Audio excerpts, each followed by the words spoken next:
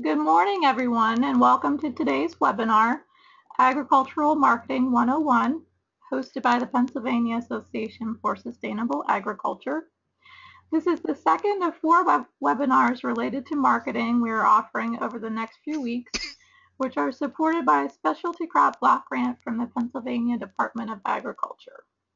You can learn more about the additional webinars we are hosting in the coming weeks and all of Pasa's events on our website at pasafarming.org.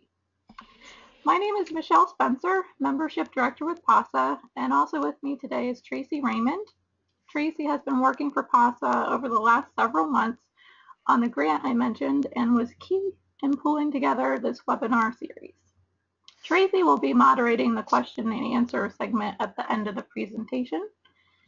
Before we get started, I just want to go through some housekeeping notes. You should see on your screen something similar to this panel in your upper right-hand corner. And currently you are likely using your microphone and speakers connected to your computer system. We did have a few folks having some audio challenges on Wednesday. So I would just recommend if you continue to have some audio difficulties to maybe switch over to the telephone option. If you click that telephone button in your upper right-hand corner, the information with the call-in option will appear, and that should hopefully resolve any audio challenges that you have. You will have the opportunity to submit questions during the presentation. And over on the right-hand side, there is a panel that says questions, and that's where you can type them in. We will save all the questions until the end of the presentation, but you can feel free to type them in at any time. We also have 3 handouts that are available for you to download. So also on the right-hand panel, you should see a section that says handouts. If you expand that window, you should be able to see the files and download them to your computer at any time during the presentation. This session is being recorded and will be posted on Pasa's YouTube page for future viewing. And so now I'd like to introduce our presenter, Brian Moyer. Brian is currently a program assistant with Penn State Cooperative Extension in Lehigh County. His areas of expertise are direct-to-consumer marketing, poultry and meat regulations, and farmers markets. Brian and his wife Holly own and run Greenhaven Farm and raise grass-fed livestock on their 27-acre farm just outside of Fleetwood in Berks County. So now I will turn things over to Brian. Thank you, Michelle. Good morning, everyone, and welcome. I think we should start off with some good news. Actually, 1 month from today will be the first day of spring, so we have something to look forward to in these remaining cold days of February. But glad you're spending it with us as we talk about marketing. And my goal here today is to go over some marketing fundamentals and glance at some potential marketing channels you may be considering, and then we're going to end up with an exercise that we're going to do together, and also you'll have a copy of it that you can work with for your own farming operation on how we're going to evaluate those market channels to see which ones will best work for our business. I wanted to share with you this letter. I'm very, very fortunate to have my desk that belonged to my great-grandfather, who was a Mennonite bishop in Montgomery County and a farmer. And I have his diaries and account books and all that stuff in there. All his diaries say every Friday was made ready for market and Saturday was in market. So they would go from Skippack to take the wagon to Norristown to do market all day. Him and a couple of his daughters would go along. And then I found that they actually had a home delivery route. They were making the most of a marketing channel by developing other market channels along the way, and people would place orders on note cards, and they would pick up those orders, and then they would bring that order back the next week. And this was a letter from one of their customers from 1912. I think they must have stayed in Norristown or had a place there in Norristown. You can see it's from Paterson, New Jersey, and I know they didn't go there. But at any rate, Dear sir, we found our box of corn at the house when we came home from school this afternoon. We sampled it and for supper, and it was fine. The lady downstairs had never tasted any, so we gave her some, and they liked it very much. We always paid extra at Norristown to have the corn shipped to us, and so what is over the amount for your bill, kindly accept for your trouble. And sisters, I appreciate the kindness very much. And I would, what I like about this letter, and maybe what you liked about it, is that they liked it so much they gave him a tip. They paid extra. And I don't think that's ever happened really to me in my farming career, but it's nice to think about. It's so obviously they delighted their customer, which myself and another colleague talk about. Instead of customer satisfaction, we can be satisfied anywhere. You can go pump gas. You've got a tank full of gas. You're satisfied. But were you delighted pumping that tank full of gas? Did you get a memorable experience out of it? And so hopefully through some of these things we'll discuss here this morning, we can kind of incorporate that into our business. So I like this definition. This is a dictionary definition of marketing: the total of activities involved in the transfer of goods from the producer or seller to the customer, to the consumer or buyer, including advertising, shipping, storing, and selling. And I include that so maybe we can get the big picture of marketing as rather than just selling. I think most of us think about marketing as selling, and it's really one aspect of marketing. I think anytime we decide, the day we decide we're going to harvest those crops, or that animal is going to the butcher today, that's when our marketing business starts. Or you take our production hat off and we can put our marketing hat on. And to factor all that into that there's a cost to marketing, and that all that is tied together about how it represents our business. This is from obviously from 2008 from the USDA. I haven't found an updated slide of this, but I have seen updated figures on this. So this is just giving an overall picture of what the direct-to-consumer sales looks like across the country in 2008. $4.8 billion in sales. Now, that to put it in perspective, that is still, if I'm not mistaken, about like less than 1% or about 1% of total agricultural sales in this country. I like to think about we've got nowhere else to go but up in direct marketing sales. And up it's been going. The latest figure I've seen, I think from 2014 or 2015, is another kind of 50% increase in that. So it's over $6 billion in sales direct to consumer. And you can see that there's how diversified it is of the farms that are selling direct to consumer on the left, and then intermediate marketing channels on the right, and the farms that are doing both in the middle. And this is also from the USDA showing where most of that direct to consumer sales are going. And as you could guess, it's on the coasts. And that very dark blue, which is over $2.5 million in sales or more in any particular region or county. And if we look at the right-hand side in the Northeast, that it runs the megalopolis from, say, Boston down to Washington, D.C. And that's a good third of the population, if I'm not mistaken. And so, and we are still less than 2% of the population in farming.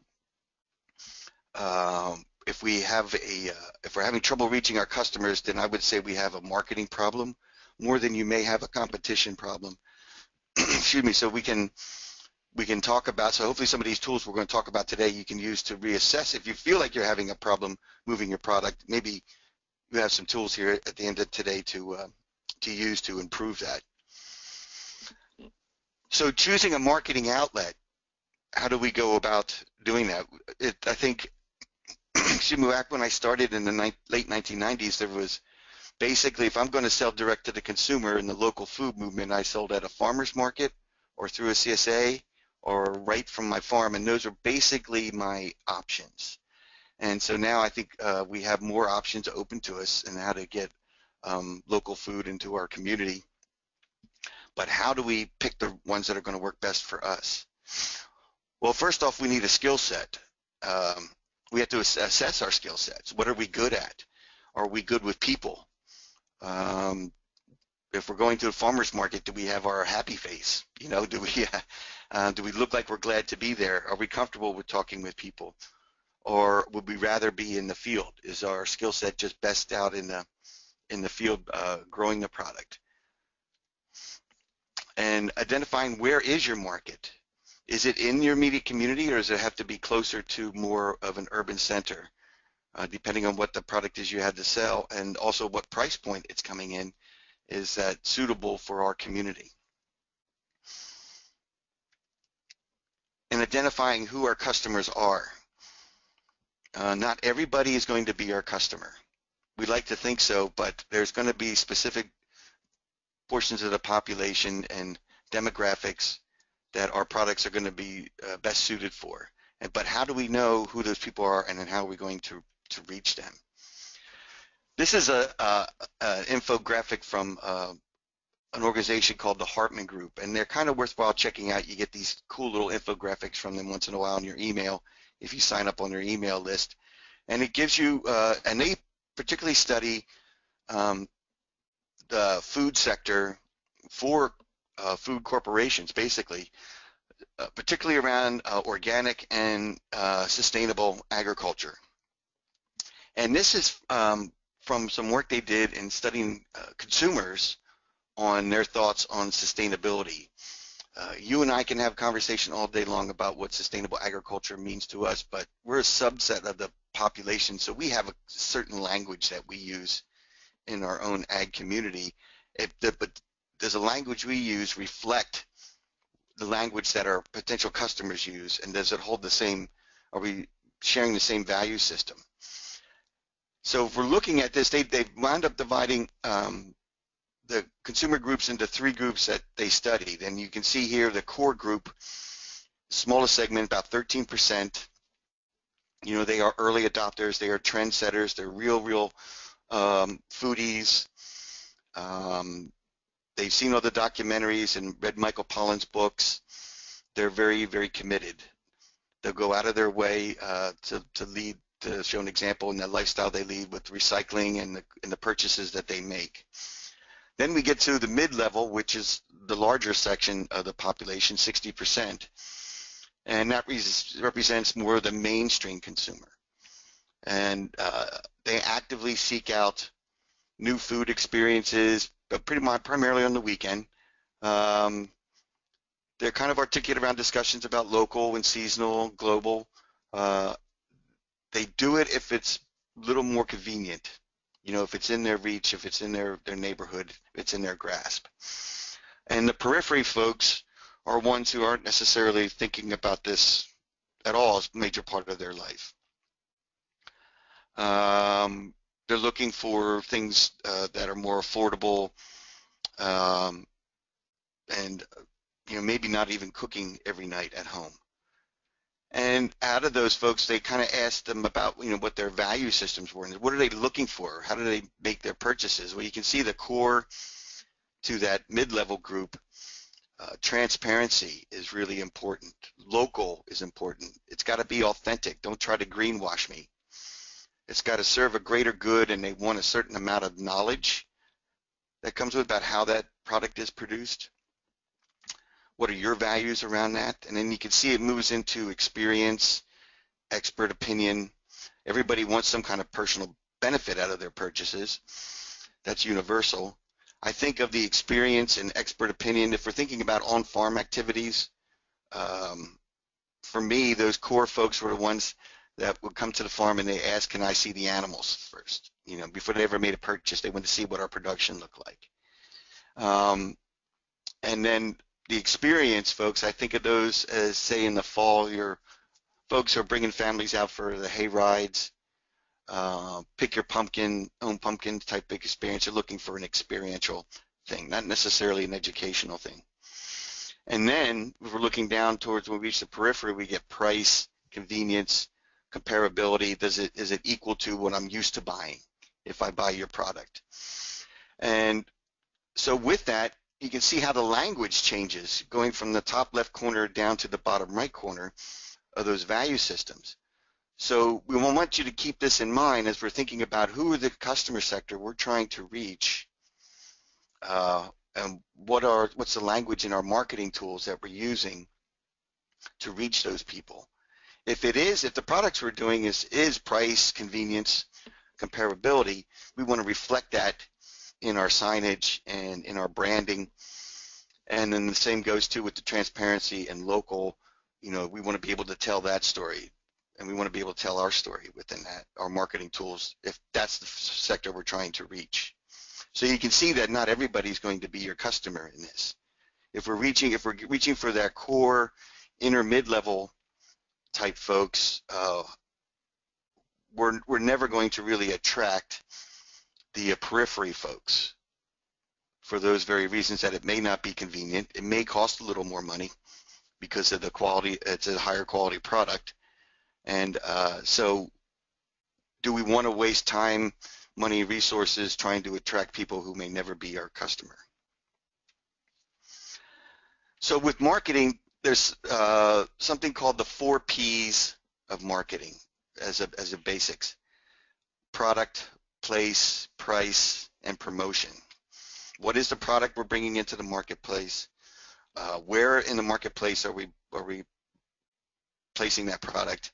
At what price point? And how are we going to let folks know that we have it to that consumer group we think that would be interested into it? So first thing we want to do is identify that customer. Who are they? And how do we reach them? So we have to think about some demographic scenarios in this. What is the majority of the gender for the product? Think about the product that your primary product or products from your farm that you're going to want to offer to the customer. Who is the primary gender of that customer? One could argue it might be primarily female because they are still the majority shoppers for the home food. What age range would that be in? What do we think their income level is? Maybe household income level. What's their occupation? Or is it blue collar or is it white collar? What's their location? Are they suburban? Are they urban? Are they rural? What's the family makeup of them? Do they have children? And what's their education level? Are they college graduates, high school graduates? And I'll give you an example. What I noticed what was growing for us in doing pasture-based meats, and I still talk to farmers today that they still see that as a primary demographic of their new customer base. And if we think about it, it was from gender, I would say it could be primary female, but it was mostly couples in their early 30s with some professional income, not extravagant, but middle class, upper middle class maybe. Location was fairly suburban, and they had 2 children under the ages of 5 and college graduated, and their interest level was the fact that they had 2 kids under 5, and when they were in their 20s, their eating habits maybe not have been the best, but now that they're older and they have children and they have to feed these little ones, they're thinking about their food choices and how to make more selective food choices. And so that was our particular demographic, just to give you an example. And maybe yours is the same, but I urge you to give it some thought. And then with that, once we kind of identify what we think the demographic of our customers, what is the psychographic? Where do they shop? When do they shop? Is it during the week, or is it primarily weekends? Is it in the evenings? Is it in the mornings? Are they going to farmers markets? Will they come to the farm? Are they mostly going to Trader Joe's or a Wegmans? What motivates them to make those purchases? Is it for those family reasons, for improving healthy eating habits? And how are they purchasing? Is it in person? Are they online? Is it through a retailer? Do they want to meet the people who produce the food? Or are they more that inner core, core folks, that 60% that probably is still looking to have improved quality food purchases through their regular retail outlets? And what's their expectations? Remember, most of marketing is really trying to solve a problem for a customer. Customer has a problem, and we want them to know that we have a potential solution to that problem. So what is their expectations? What do they hope to get from purchasing your products, your food? Is it the quality? Is it the nutrition value? Is it the healthfulness? Is it all three? Or is it the price point? So we need to evaluate demand, especially if it's a kind of specialty type product like we see in this picture. If you grow it, will they buy it? There's a lot of stuff that we'd like to do, like we like to grow, like to produce, but we may not have a larger already built audience for it. And also depending where we're going to sell that product, is that the audience that we want? Is the farmer's market we're going to participate in, are they going to be willing to buy the produce that I like to grow? Or do they need something more basic? Are they more sweet corn, tomatoes, heads of lettuce, traditional type things? Or are they going to buy our specialty heirloom products that's going to cost a little more? We need to kind of know that demographic in advance before we use our time and resources to be at that market. If there's some wholesale accounts that are looking for some specialty products that maybe we can plant, that we can do an agreement beforehand, that's going to be a market channel for us. And can we do any promotional or samples of our product if it is a real specialty thing that we need to have the customer get used to, have to try first because they maybe have not seen this on the market before. And what does our customer expectations? I like this screenshot, and I've been using it a lot, and I think because I think it speaks to probably what a majority of our customers want. And the one thing that you could argue is missing from this picture is, outside of the silhouettes and the logo, you don't see any cows. But what you do see, of course, across the top is the nice, lovely field with round bales, and then moving to the foreground is a gourmet steak dinner.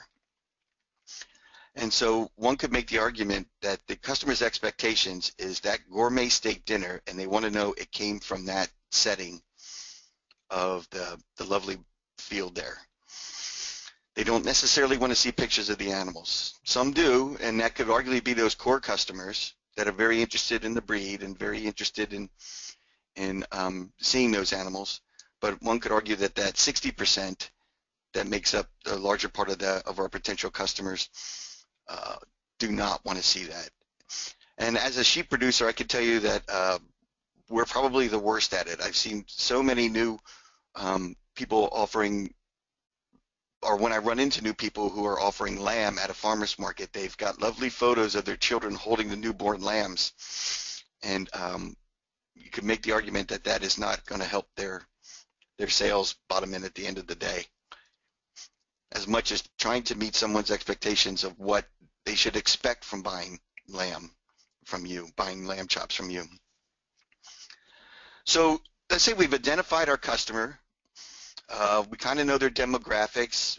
We maybe have an idea then what their psychographics are, where they purchase, how they purchase, why they purchase. And so now we need to kind of develop our brand and value statement.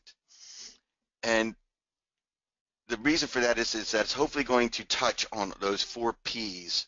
It's going to help get that message out, and it's going to use the language of the customer base that we think, that demographic that we think is going to be interested in our product. So the first thing to do is creating a brand. We can think of a brand if we're looking at the photos in that box.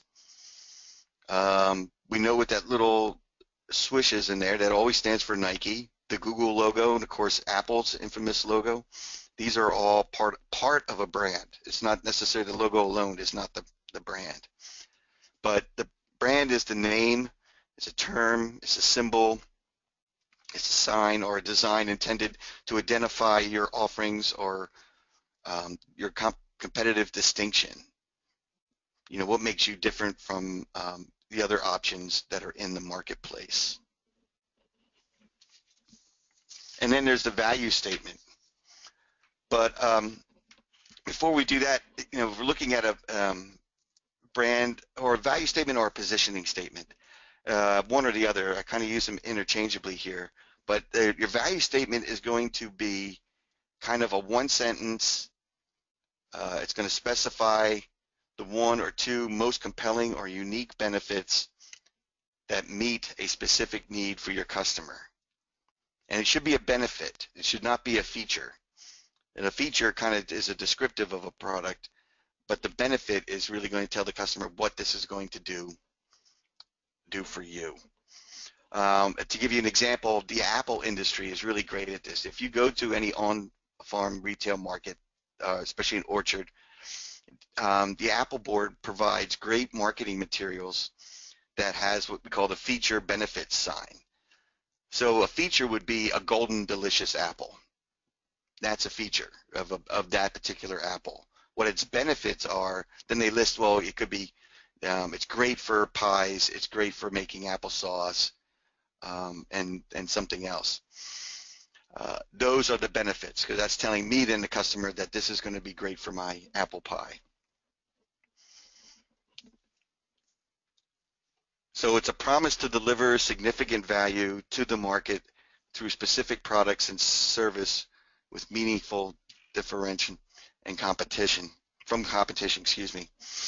So here again, we're going to use those statements to show what the benefit is and why we're different from other products in the marketplace. But it should be brief. It should not be your farm's mission statement, because that's really specific to you.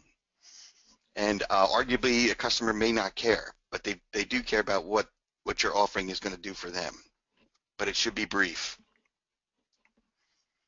And like I said, it should contain the elements of the 4 Ps: product, place, price, and promotion in there.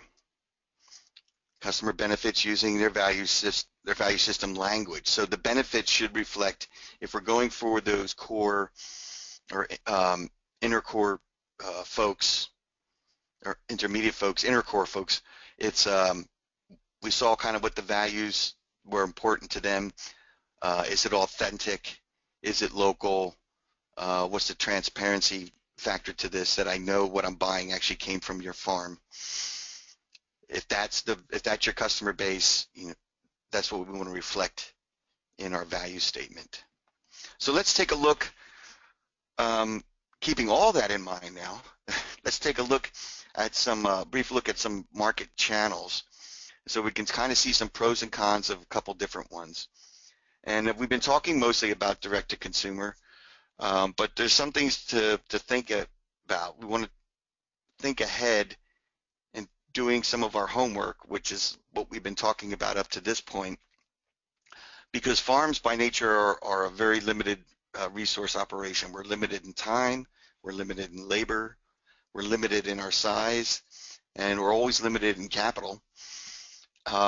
So given that in mind, we have to use, and we're going to sell direct to the consumer, that's going to take a lot of time to do that. And so the more homework we can do to be better prepared for this, the more time we can save, which then of course is going to save us labor and money. So planning ahead. We have to prepare the product to its final form of where the end user is going to use it. So we're everywhere from manufacturing to direct sales in the place. So that has a cost and a time factor into it. We need to generate our own customers, either by going to them or having them come to you.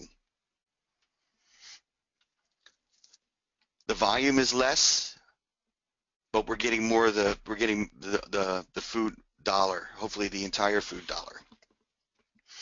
That hopefully is going to make up the difference for the time that we're putting in to do this kind of marketing. So it requires more time commitment. Somebody's got to have the people skills. Like I said, where's your happy face to be able to do this? And marketing skills. It's competitive. You're going to have to sell your product. But obviously, like I said, we got potentially higher profits. We got cash flow because the customer pays us directly, so we're not waiting on the billing. Marketing control, we're controlling how we want to market our own products, and we're setting our own profits. And if we have a very diverse farm, it works well in attracting those customers the more we have to offer them. If we're going to farmers markets, I like to think of it, especially if we're starting up, for new and beginning farmers, and I know it can be more of a challenge these days to get into farmers markets, particularly if you're new, but there's still markets, I'll call them moderate markets, that are always going to need vendors, and particularly produce vendors, and that it's a great way to get your marketing chops. And I call it the least expensive storefront you'll ever have, because it's fairly inexpensive to be in it for a season, usually anywhere from $10 to $20 a week on average, and it's been that way for the last almost 20 years. We haven't really changed that price, depending on your market, of course. We get direct interaction, so we're getting immediate feedback from our customers about what they think about the product. So you can't beat that from a marketing standpoint. The downsides, of course, is we got to deal with weather, rain, heat, cold. We're going to be out there, so not every day may be a stellar day, because not every day is going to necessarily be a perfect weather day, or we have holidays to contend with. It takes a lot of time, even though these are usually 4 hours, 1 day a week. It takes all day, and particularly if you're doing something like produce, where there's a lot of prep just to get that product to market, set up or tear down, bringing product back home. There's going to be shrinkage in the form that some spoils throughout the day, and how do we manage that so we have as little of that as possible? And we're going to have regulations to deal with. I think that's going to be across the board if you're direct marketing anything. What licensing do I have to have?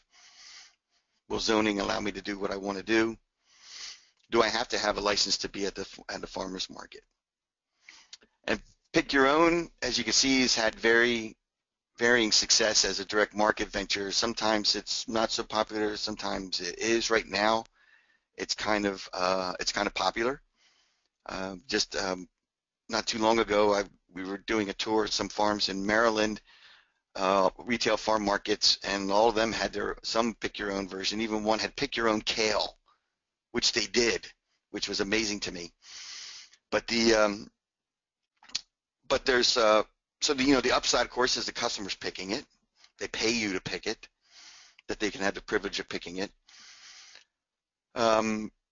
So we're not picking it. That saves us some time and labor.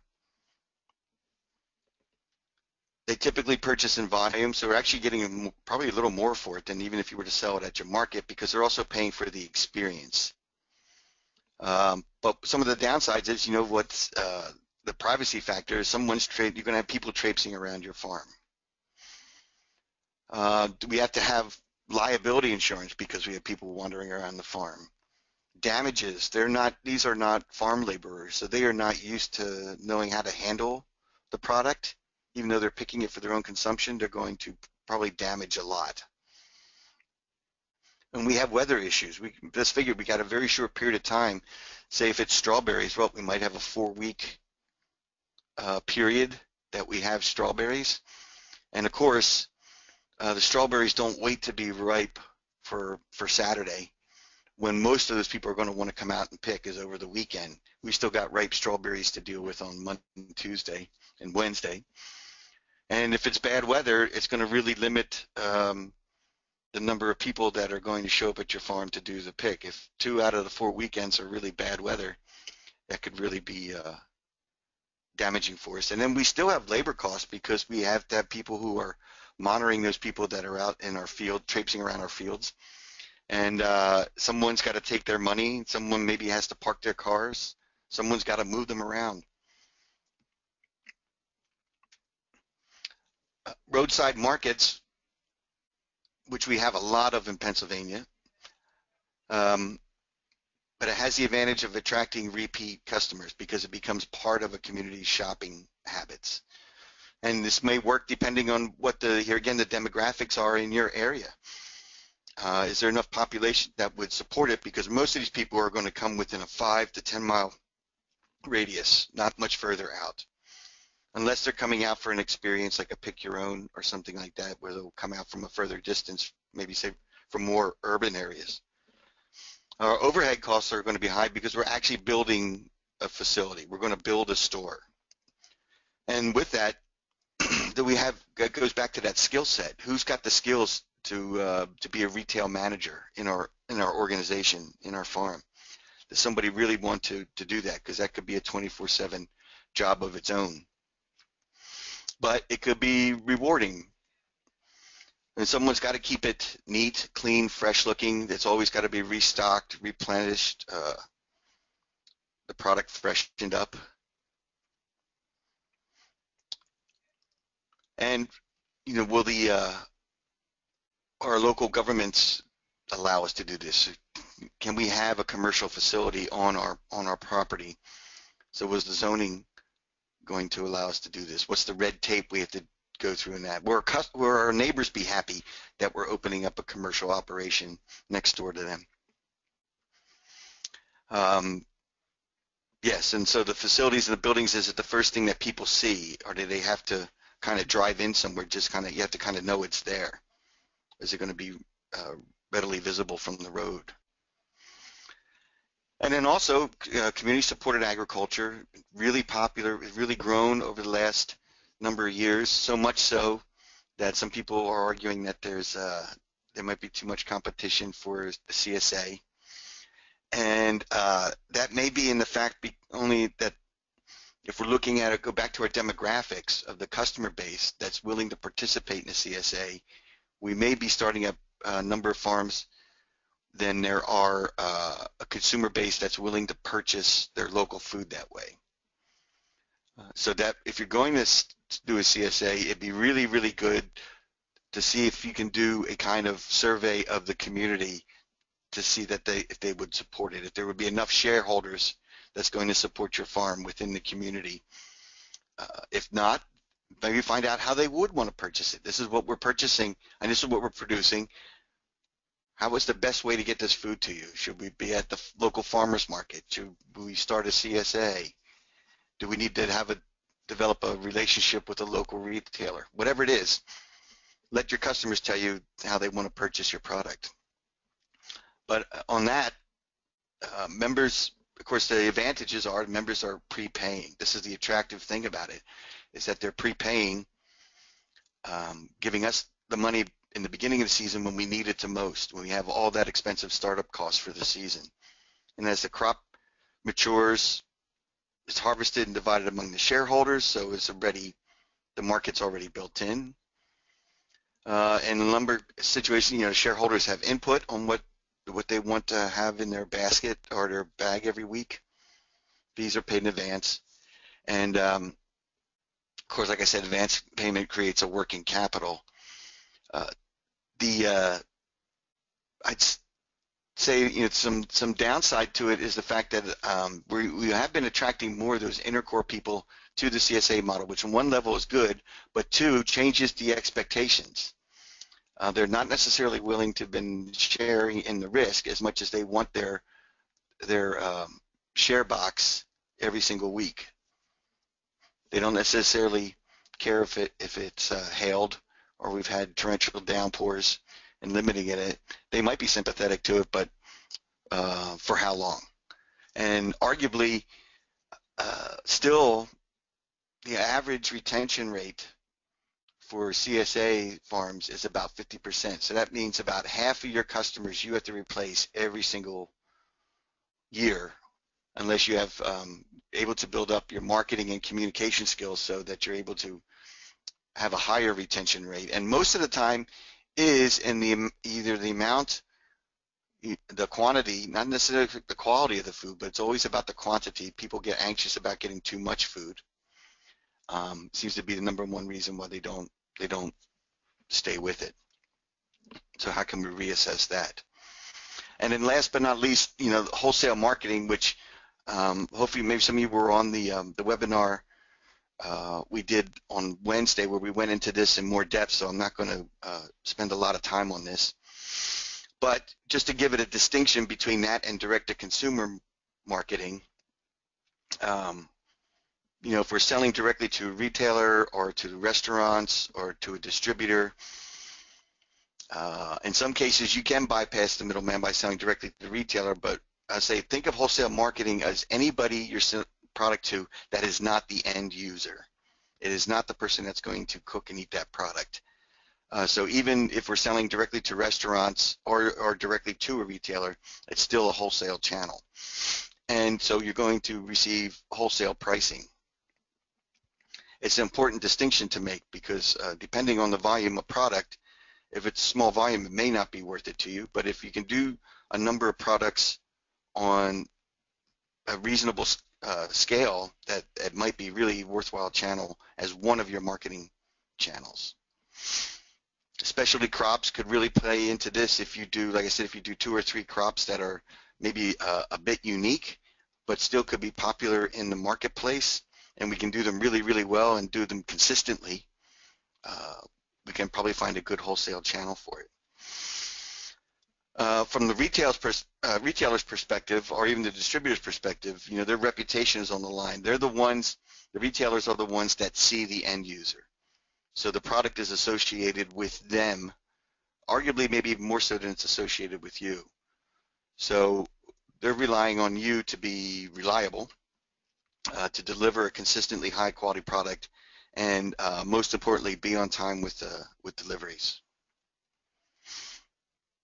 And then lastly, we're going to remember to keep in mind what rules and regulations do we have to follow. I always suggest when people ask me what I have to think about, and I say think about anybody who's interested in our business, who could be interested in our business. That's from your local municipality to the state to the federal government.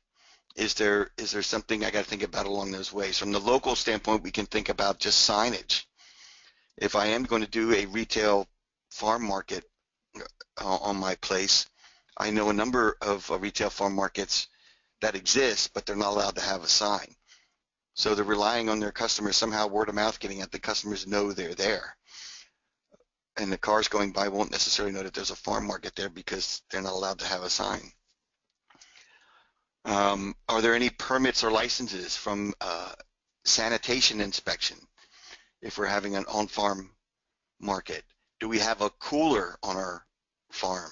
If we do, that, at least in Pennsylvania, that's maybe going to require a license where they inspect that every year to make sure for sanitation and that someone's monitoring that the temperatures are being monitored and maintained at the temperatures they're supposed to be at.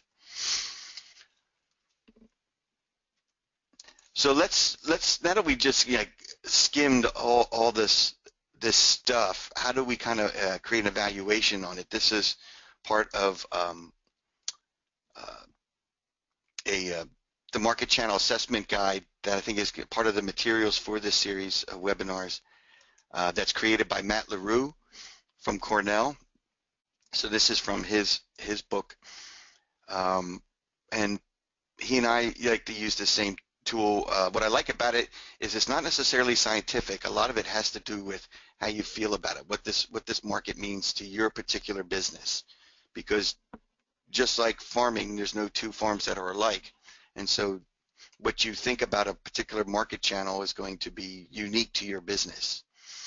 But to do that effectively, Matt also suggests, and we wish you could get somebody to do this. It's really hard to get farmers to do this, but if you could keep records for a snapshot in time, if you were able to measure like what you took to the farmer's market, what you brought back,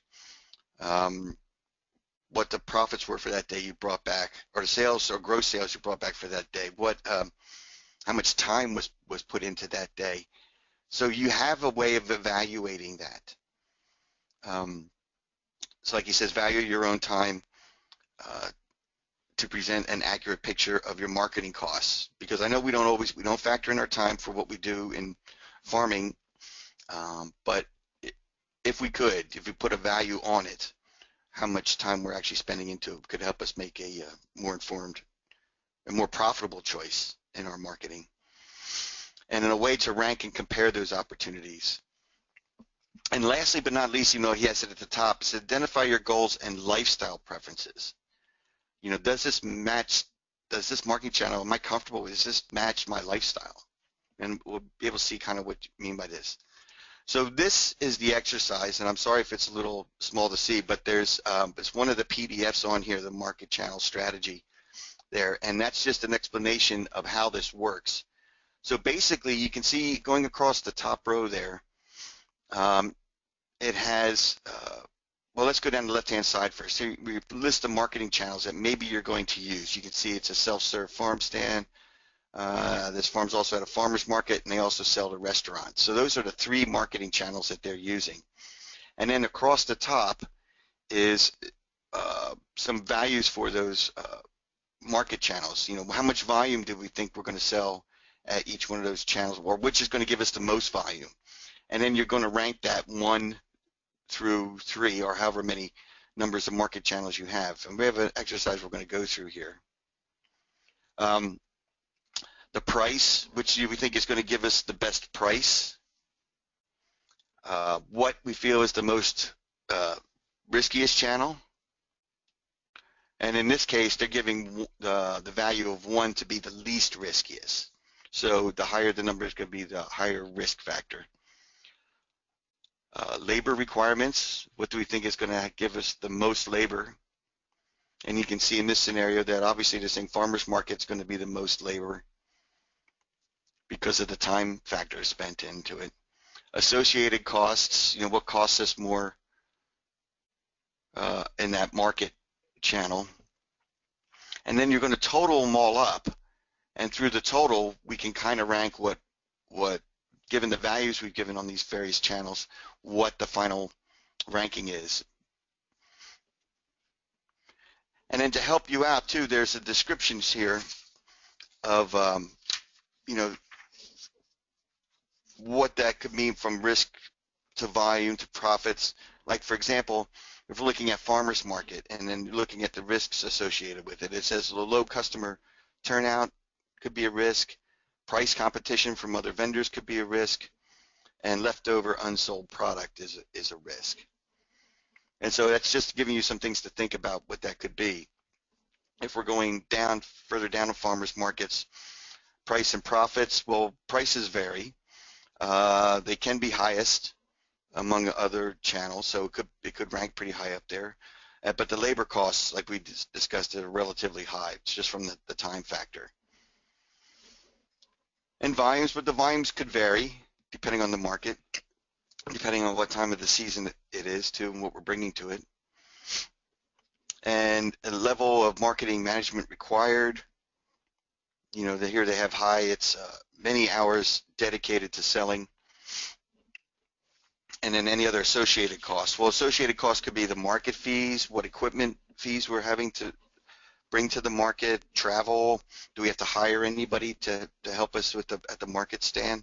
So that's what they mean by associated costs. Okay. So if I can do this correctly, I want to switch over to an exercise, and then maybe Tracy or Michelle, maybe we can talk about how we want folks to participate in this. We'll figure this out. Yeah, maybe while you switch over, I will, so we're going to go through an exercise, and I'm going to unmute everyone so you can actually assist Brian with this exercise. So if you do have yourself muted on your telephone, or your computer speaker is muted, you'll have to undo that on your end as well.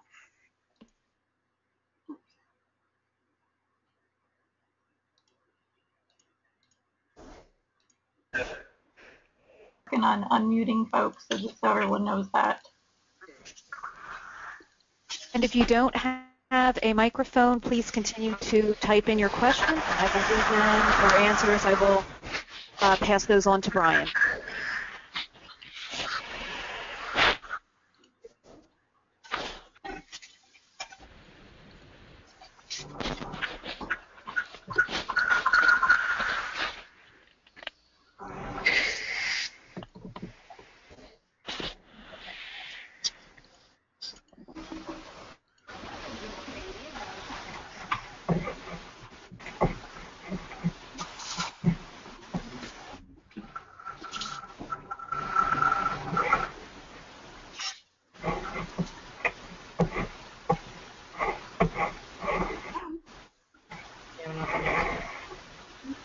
Nothing else does. Okay, I'm back. Okay, sorry. Okay. It's okay? Everybody hear me all right? Yes, go ahead. Okay. So this is what we're going to do, and hopefully this will work. It works in person, but we'll see. So what we're going to do, I'm going to take this scenario. So say we got for this market channel assessment, we're raising pasture poultry for meat and eggs. No. And you can see on the left-hand side, these are the market channels we're selling through. We got a farmer's market. We're going to sell through a CSA. No. No. And then maybe we have a restaurant or a couple restaurants, and then also on-farm sales. So I'm going to ask you to help me rank each one of these. So let's look at the volume first. Which one of these channels do we think is going to give us the most volume of poultry and egg sales? And there's not a right or wrong answer here. Just what you think. I say CSA. Okay. Anybody else have any thoughts?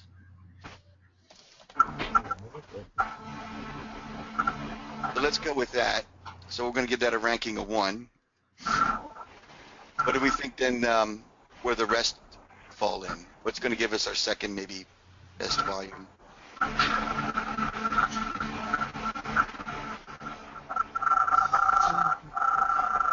Probably farmers markets. Farmers markets? Unless you already have a contract with a restaurant. You could have. It could be, depending on the size of the restaurant and also depending on the size of the market. And then the other rule here is you can rank them the same. So if we think, so maybe just for argument's sake, we'll give them both a number 2. Maybe we're selling the same amount of chickens every week. And maybe on farm is our lowest, so we'll make that number 3. Does that make sense to everybody? Mm-hmm. So where do we think we're going to get the best price? Probably on farm. On farm or farmer's market. Yeah, on farm, probably maybe both, so they could both be number 1, right?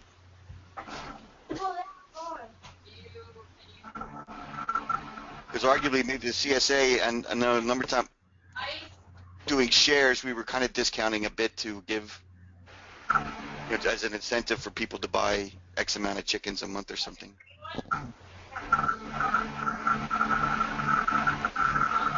So let's say that's number 2, and maybe restaurant is number 3. Maybe that's a real, truly wholesale account. So it's. Let's train him. Now, what about from a risk standpoint? What we feel might be the most riskiest channel here?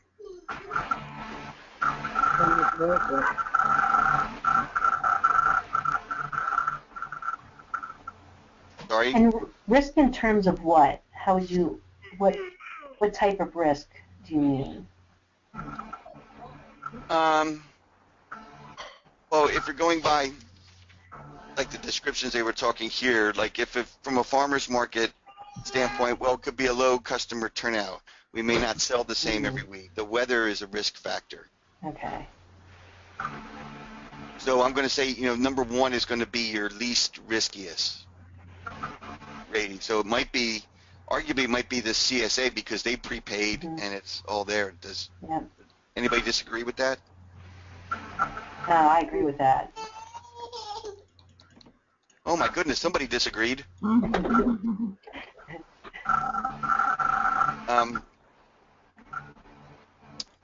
So going by that same logic, you know, the restaurants could be number 2 because that might be a similar number every week. And I would say it still doesn't beat the CSA just because restaurants tend to be more volatile business. And let's say on-farm sales number 3, and then maybe farmers market could be 3 or 4, but let's just say 4.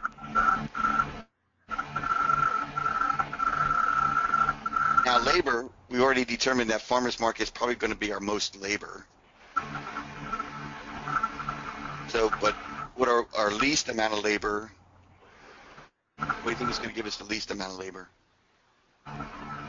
Farm. Farm? CSA.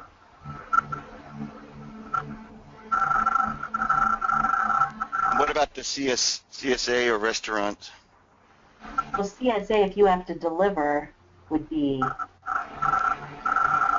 more labor intensive than on farm. Right. Unless customers are coming to you. It depends how you would have it set up.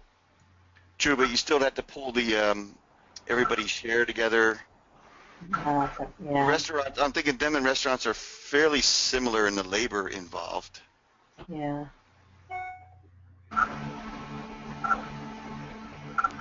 And restaurant 2. Farmers market 2.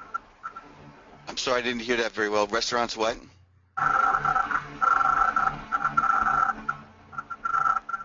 Restaurants and CSAs are probably about 2, and the farmers market's about 3. Okay. I'll buy that. Associated costs, you know, what did we have to, what's this market channel costing us? You know, like you said, farmers markets, we may have to buy a canopy. We're going to need coolers or maybe a freezer.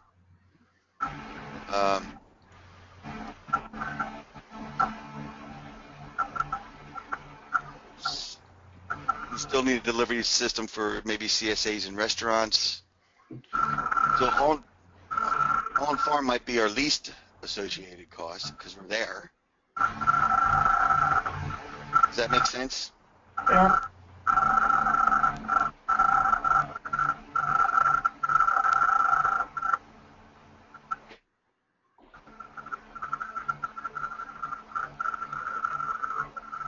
So what do we think has what's next? Restaurants, CSAs? Maybe it's the same ranking. Yeah, maybe both of them at 2, and then farmers market would be your highest cost.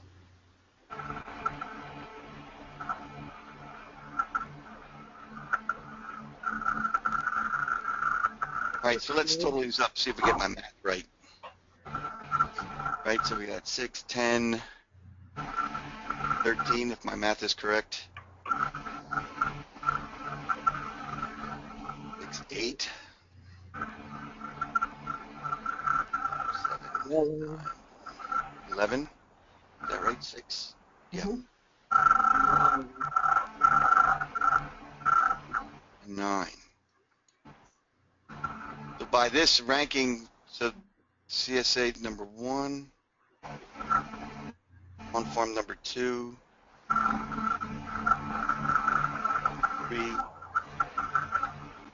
and 4. So if you're trying to make a determination about, you know, about if maybe you had to cut back on time, what did we need the farmers market?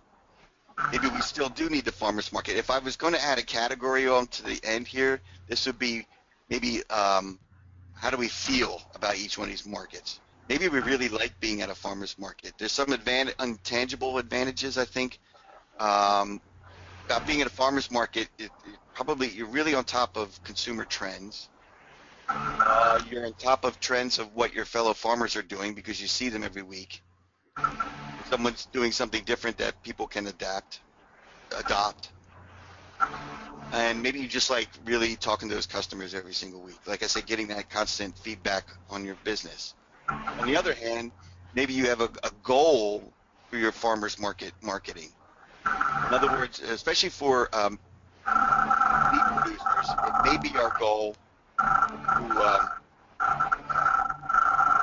ultimately drive people back to our on-farm sales. In other words, we're not always going to do farmers market. We're hoping to let the community know that we're in the community and we're selling this product, and we want them to really come to the farm. And then maybe when we reach that point where we think we're getting enough flow, we can drop the farmers market as a marketing channel, which would save you a day that you could use elsewhere.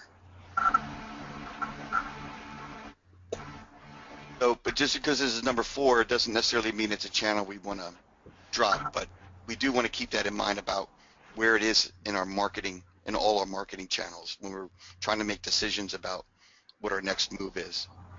We've had a couple of comments from our attendees. We had somebody comment that we want to do them all despite the cost, but we are shooting for more on-farm sales. And then somebody else noted that networking at farmers markets has been an invaluable tool for us. Great. That just goes by what I was saying. Like I said, there's no right or wrong answers here. It is about what you like about the channel and where it is in the terms of your overall operation. So, yeah, thank you for that. I think that's right on. So we are at the question portion of this. I think that's all I had to present today. So I'm happy we got plenty of time here for some discussion. And we have lots of good questions. So keep typing them in. I am going to start at the beginning here. I may skip over a few if I think Brian has answered them during the presentation. If you disagree, just go ahead and type them in again. We had somebody ask, so do we need to find our niche market? It depends on what your product is. If is it a niche product? I don't know that you necessarily have to find your niche market as much as identifying, using the tools we talked about to identify who the customer is, where they're likely to purchase, and then trying to reach them through that. It's really target marketing than it is niche marketing. Along the same line, we had somebody asking, how would you approach if you have different markets with different types of customers, like different farmers markets? Oh, that's a good question. So I'm going to assume that if you're doing different markets with different customers, that you're doing okay at each one because you're still there. So if that's the case, then maybe it is analyzing what are the products we're bringing to the market. Like if we're selling more of something at one market but not at another market, is that what that community really is used to buying or wants to buy? And does it mean we have to create marketing materials like our signage and stuff to be specific to those markets if they're that different? Maybe not. Maybe your the products you're bringing are more universal. I'll give you an example. I was talking a friend of mine who's got a retail farm market is trying to find a way of identifying. He knows he's got customers from 2 different communities that are pretty different. One is really pretty urban, one is more blue collar, but they both are a significant presence in his store. And so he's working on some surveys to identify how they best would purchase prepared foods at his market. He does a lot of prepared foods, but he's questioning whether he's benefiting both those consumer groups. So he's going to ask them, if I was to make lasagna at the market, how would you want it? Do you want it that it's already pre-cooked and you want to just take it home and serve it? Do you want it that it's assembled and you take it home and cook it? Or do you want it that we package all the raw ingredients together and you take it home and assemble it and cook it a la like Blue Apron type of thing. So it's going to be really interesting to see what that works out. I hope that kind of answers your question, in the kind of market research you may have to do to determine that you're really making the most out of those different consumers at your market. Okay, we have two related questions here. Should the first step be to prepare a business plan so that the marketing plan would be included in the business plan, or should a marketing plan be done first? I think of a business plan that includes the marketing plan is absolutely the ideal way to go. And that'd be really, really good to, the marketing plan I think should be a significant part of the business plan because of the time it's going to take. How do you feel about pod or container hydroponic farming that is close to the consumers? Of course, any way we can get food closer to the consumer is always better, but it would be a matter of where we're placing that. What's the goal with that? Is the goal to have food for underserved communities? And if that's the case, is there are we going to do this under a nonprofit model that the profitability from the product isn't the sole mission of having this project as much as it's serving the community, or is it going to be in communities that are going to still be able to afford a unique product like that are willing to pay for it, that's going to sustain our business? The issue is the problem still with urban farming is the profitability factor. Has been really a challenge. So most of them are operating under some form of nonprofit because that's also usually part of their mission more than is the profitability. But even the ones that are running for profit, because there's a lot of hurdles in that, which we could talk for another hour on, but I hope that's helpful. Okay, next question. We are interested in expanding our customer base to increase availability to those that have not considered purchasing healthy organic products. What would be the most effective way to increase the scope of people that would consider purchasing products? They are selling grass-fed beef. So thinking about where that, either where you can do that, or is there a business that can do that for you? And so that might be more of, if you have an amount of product to do that, say on a little more of a wholesale level. When what I'm thinking of is not like getting into a grocery store, thinking at that wholesale level.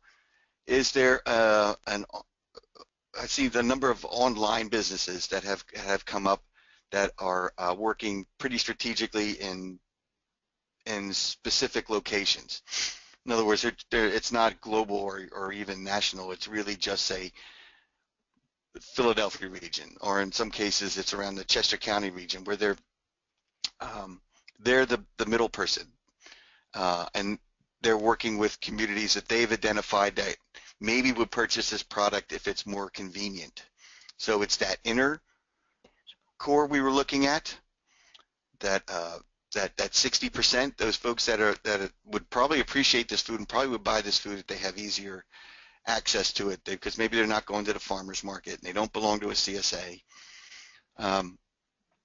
So how do we reach those folks? What are the avenues that they're buying from? And I think it's that if that's the demographic, if you've been mostly marketing to the core folks, that 13% that get it, that are really bought into this, or committed to it is in their lifestyle choices, and now we want to tap into that 60% that's in the middle. Where are they buying, and what are the demographics look like? Are they doing more online sales, or are they looking for this product at Trader Joe's or Wegmans or Whole Foods? I think we have to do some research on where they are, and then try to reach them through there. But still using the marketing materials that's going to speak to them, because they shared similar values, right, as the core folks. Okay, we have a couple of comments that we can get your thoughts on that go back to the intangible benefits of farmers markets. Being at a farmers market could bring more people to your CSA or on-farm sales. Farmers markets are an excellent way of getting CSA customers and can also give you a good drop-off site. Yes, I agree completely. Now, although not all markets allow that for whatever reason, some markets won't allow the market to be a drop-off site for the CSA. Maybe they feel it's competition against whatever produce vendors are there. But yes, I agree. I agree completely. It would just be a matter of the market that you're participating in if they allow that. But it is, like I said, it's the cheapest storefront you will have. It's a great marketing tool besides selling the product at the market itself. Yeah, how much more can we tack onto that? And that makes me think also, as I pointed out in the beginning of my great-grandfather of tying market channels together by including a home delivery system with his day at the market. Can we do something like that with when we're at the farmer's market that maybe is a restaurant that we're delivering to also? Or like you said, the CSA drop-off point. Anything that we can combine those marketing channels is going to increase our profitability because we're saving in the time we're spending in our marketing and the travel expenses, delivery expenses, all that. That's a really good point they make. Okay, the next question has to do with Matt LaRue's book. I will tell everybody that we can provide a link, Michelle, either with the survey or somehow we can connect you with that information. But Brian, perhaps you could talk a little bit more about what Matt LaRue had been working on and his resources. I'm not sure I could. Well, what I can speak to is he's gone more in depth in this, where he's actually worked with farmers. He's based out of Ithaca, New York, and so of course Ithaca is a great food town there. So he's had plenty of resources to work with, of actually trying to work with them to measure, add value to their all these marketing channels. How much time you're spending in preparation for the farmer's market, how much time at the market, how much time after the market, and what's the product you're taking there, how much of it you're bringing back. That snapshot in time he talks about, that you can actually then make a more informed decision about what channels are the most profitable and beneficial to you. I'd say that the guide that he put together is a more expansion on what we were talking about here in our brief time together here. So he goes a little more in depth about the particular pros and cons of each marketing channel, if that's what you mean, if that's what you were looking for. Okay. Next comment is the challenge is pricing of items if you're, and this goes back to an earlier question, the challenge is pricing of items if you're doing multiple markets when one is higher income level and one is low income. To me, I can't think about the, so the question is which market do you belong at, I think, because you can't determine pricing unless you're backing it with your cost of production. So you really have to, do we really understand what it costs to get this to the market stage? What's it cost us from the time, like I said in the beginning, where we're taking off our production hat, now we're putting our marketing hat on? Do we know, thinking about from the marketing end, that you've just purchased this product from the manufacturer? So if I know that today's the day that this steer is going to go to the butcher, and I bought from my product, my production facility, this steer, and it cost me $1.35 a pound to bring this steer to market weight. So that's what I'm starting with from my cost of my marketing costs. It's going to be that $1.35 a pound. So from there, what are my costs associated with that for my break-even point, and then making my price upon that. And then, so now once I know my price, what market does that best fit in? Is there still people across income diversity that are going to be able to purchase my product? Okay, can you expand on the increasing Blue Apron types of direct sales? Oh, so Blue Apron is the model. Maybe you've seen the commercials where it's not about the Blue Apron. I would argue is not about local food, and I haven't looked at their model that closely. I just know that it's a model of putting together quality ingredients in a box and giving you the instructions, the exact amount of ingredients, the exact amount of seasoning, everything you need to put into a pan or a pot and cook it, and then have an enjoyable eating experience. So I think the question came up on Wednesday's webinar about asking about, is better quality food going to surpass or take over cheaper food? And I think my answer at the time was that, well, I think it's the customers asking for more variety. As I think as our palates finally are improved to the taste of this high quality food, that's what more and more the consumers demands. And then so how do they get it? And then so convenience becomes a package. So it's that unique area. One could argue Blue Apron is going for that 60% middle core, where comparability and comparison and price and comparison is going to be important to them.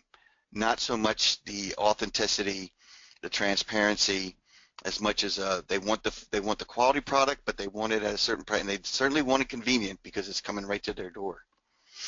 And then so another models I've seen are more these aggregating models where these people are really good at technology, and we can think of Good Egg was that way, right? Good Egg was an online ordering service, a darling of venture capitalists, and grew rather rapidly in what was about 4 major markets, city markets, that they were going to bring local food to people to their doorstep. And obviously keeping more of that side of the value where there's more core, there was a transparency, there was an authenticity about it, but they forgot that moving food is really, really difficult. Maintaining the cold chain is really, really difficult. Consistency of supply among small producers is really, really difficult, and so they're not in business anymore. It's but I'm seeing but those are models that actually we're getting calls at our office about because they're looking for producers. And so, they totally understand the technology. They understand business really, really well. They don't talk farming, but if you get some of them in there that understand farming background, they could be a really good business model and a nice marketing outlet for local artisan producers. Okay, we have a question about social media. I would like to point out that our 4th and final webinar on March 2nd is going to be given by Simon Huntley of Small Farm Central, specifically on this topic, but Brian, perhaps we can get your feedback on this. Have you seen technology tools like SurveyMonkey and social media as an important part of your marketing?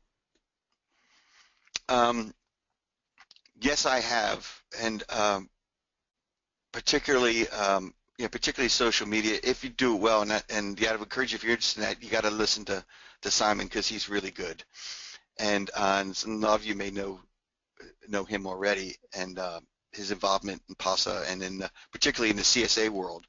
He's been an expert in CSAs and social media in the discussion groups he's developed for CSA farmers and CSA consumers.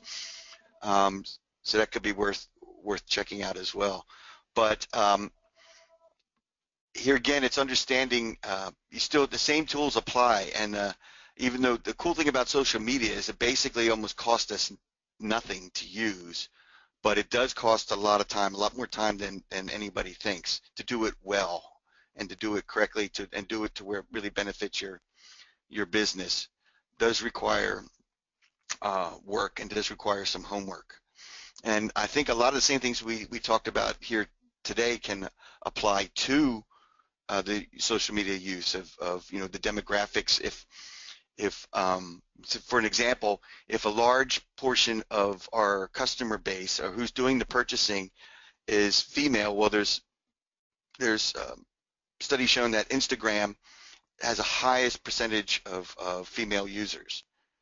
But if we're using Instagram, do we have somebody in our organization that can take really nice pictures of the food we're offering? Because I see a a lot of bad pictures of food.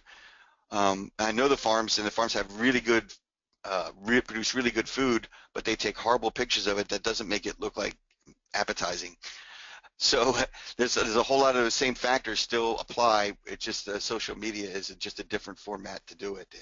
But I think we can use the same principles apply. Okay.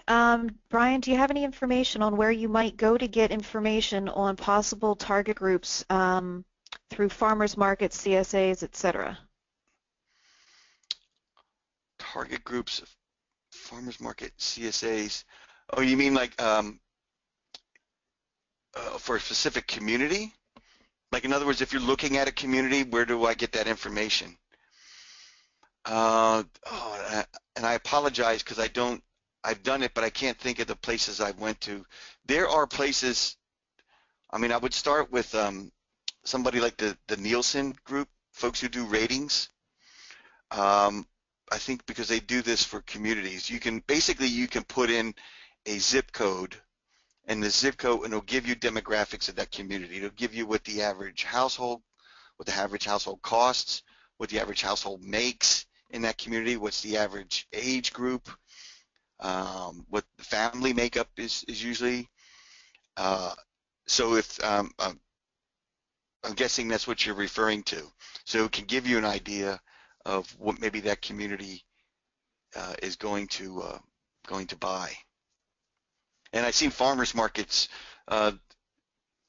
some newer, more astute farmers markets have done that. Like if they have assembled a board, somebody in the board has done that work. Okay. How can we best help farmers markets in their marketing strategy? Some markets struggle to maintain customers throughout the season. Some have closed or merged with other markets. What can we do to help our local markets stay open and well attended? I think here, as I think was referring to, I think markets have become more sophisticated, and if you want, hopefully you know this, that we're doing a series of market manager conferences across the state starting March 1st, and Pasa is partnering with us on the one on the west, which is March 16th out at Slippery Rock, and then in the central region of the state out at Spring Mills, PCO's headquarters, actually, we're doing one there on March 10th, and we're hopefully addressing a lot of those issues for farmers markets, market managers. If you're involved in a market, you don't have to be a manager, but maybe you're involved in the market and you're involved in the help of the market. I urge you to come to one of them. It's funded, so they're free, but you do have to register. So that's my commercial. Thank you. Tracy let me do the commercial. But that being said, I think it is a matter of that sophistication. I do a lot of work with farmers markets, and what I see them having to do is kind of take a step back and having to rally, get some vendors and somebody in the community. So there's always a core to a farmer's market, the same as anybody else. There's a core group of folks that will come every single week. They'll visit every vendor, even if they're not buying from every vendor. And can we get those? And they love to be asked to participate. And can we form like an advisory group out of that and see what the market needs to do to strengthen the market, to get that input from the vendors and the community, and then restructure the market around that. That's really what it kind of comes down to. We had someone share a great idea. They said we have actually made up salsa baskets with all the ingredients and a recipe, as well as a pickle box with the same setup, and she says customers really love them. Oh, that's terrific. That's terrific. And what I like about that is you can move more product that way because you're putting more stuff into, say, a quart basket, a quart box or something, or a pint box that maybe they weren't going to buy individually, like the chili pepper or the garlic or an onion. They may buy one or two of those items, but now we're asking them to buy all three because we put it together in a mix that maybe then they're more inclined to use. That's a great idea. And on that is really important. besides our initial sales, can we think about, especially for farmers markets or retail farm markets, always be thinking about what you can add on. Retail farm markets do this really well. If you ever walk into an orchard that has a retail farm market during peach or apple season, of course you see lots of peaches and lots of apples, but you also see lots of crumble mix, or strawberries. They're selling strawberry shortcake with it, or mix to make strawberry shortcake. You know, anything that goes along with the fruit you're trying to sell. I'm not saying that we want to have mixes at the market, but think about the products you're bringing at the market. What can go along with it so you can make that salsa mix? That's a great idea. Thanks for mentioning that. Okay. Any ideas about shipping to a regional or national customer? Shipping seems to be very expensive. Yeah, it is, but there's some people that do it, seem to have to do it really well, but that becomes a whole, besides a market channel, almost becomes a whole other business model, because someone's got to manage all that logistics to make it affordable. And that is creating a shipping system that is affordable for everybody, for you and for the customer. So it could be a challenge. It's not an expertise of mine. I haven't really studied it that well, but I have met some folks who seem to have done it, and is a core part of their business. But I don't have any suggestions on how you make it, so I'm sorry. We have a question that you did cover a little bit in the last webinar, but it definitely is worth repeating. What about food hubs? Any coming to southeastern PA outside of Lancaster? Probably, and I said, so I'm here in the Lehigh Valley, and they've formed a food policy council here in the Lehigh Valley, and that the idea of a food hub has been a major topic of discussion here. Reading has a food policy council, of which I'm actually visiting them next week, and I'm sure it's a topic of discussion there. I think we have to broaden our vision of what a food hub is, because they are broader. I think we tend to think of food hubs as another distributor network, because those are the ones that have made the press. We can think here, like you said, in southeastern PA, we have Lancaster Farm Fresh, or we have Common Market. One is a cooperative model, which Peggy talked about on Wednesday, and one is more of a distributor model. But I think we can look at anywhere that's looking to aggregate a number of food sources together in one place as a food hub for whatever reason. It could be large, it could be small, it could be to serve underserved communities, or it could be a for-profit venture that's trying to get more local food into the conventional marketplace. So I think we are going to see more of them, but it is so new. And the fact there's a study, and we had a link to that in the last webinar for the Wallace Center. If you look up the Wallace Center and you look up National Good Food Network, and that has, they've done extensive work on food hubs. They have a presentation on where food hubs are as a business today, and most of them are less than 5 years old, so they're very young businesses. But it's really a promising avenue, and it's really probably the avenue that's going to take local food to the next level, because it creates a wholesale market specifically for small and medium-sized farms. Okay, and I think we have some more questions about the ideas surrounding online marketing. How do you feel about online marketing and distribution of ag products? Well, that's broad. I guess I'm not sure what you mean by ag products. Are you talking products for agriculture, or products for end consumable ag products, or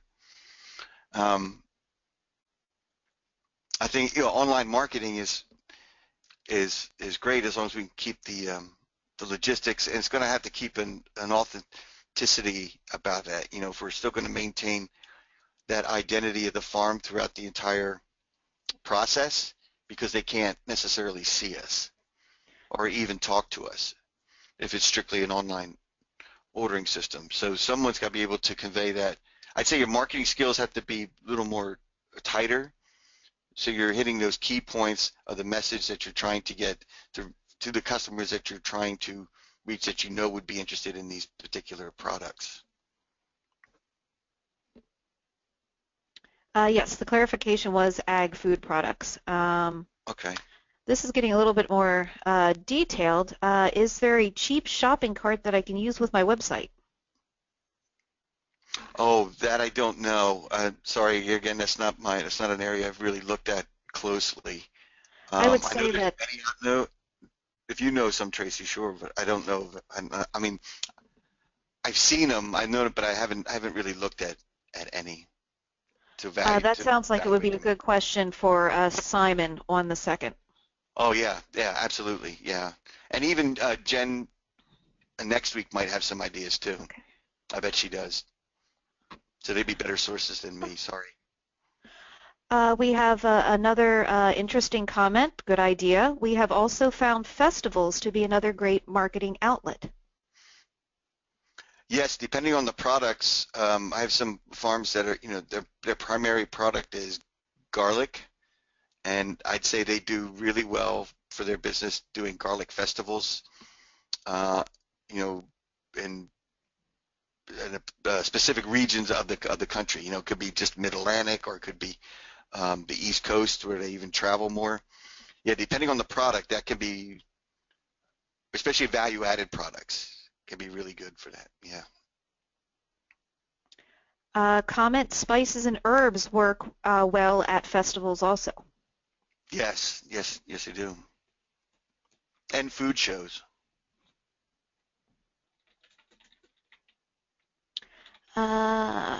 Another comment, in my experience, festivals and special events are not the best avenue for small farmers. Most people are there for the experience, not to purchase. Right, so it depends on what the event is. I mean, I can think of garlic festivals are usually specific as a garlic festival.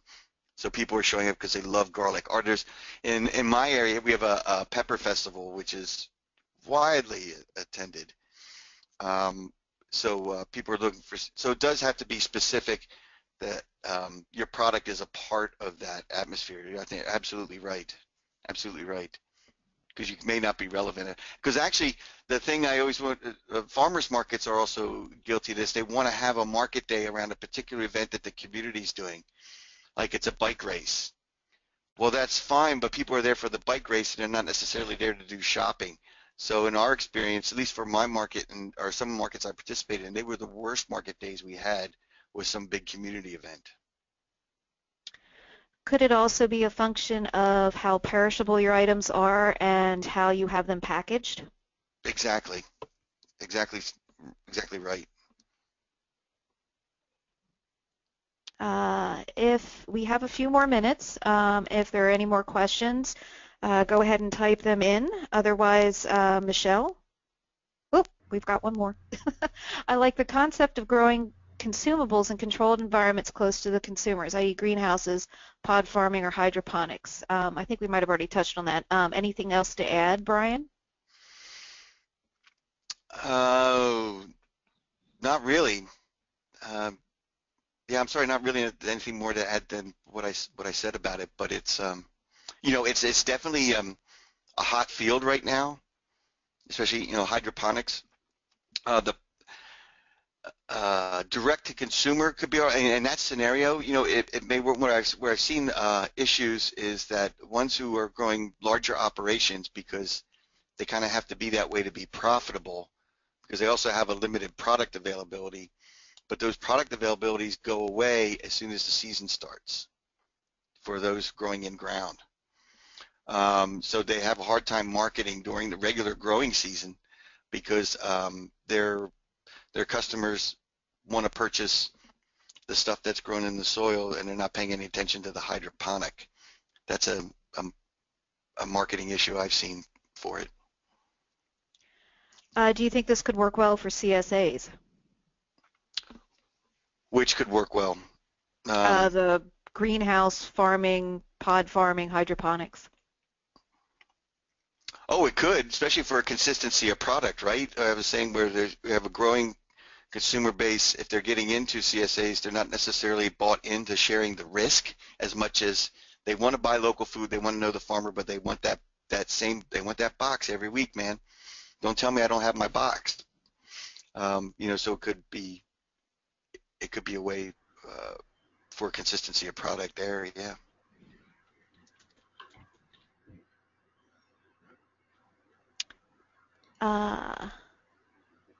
Okay. I have aquaculture could be another enterprise close to consumers. Yeah. Outside of Will Allen, I haven't seen a lot of models of it yet, but I mean over here, but there's some schools that are doing it. I think the Sal School in Philadelphia does it, and Aquatorina School in southern Chester County does it.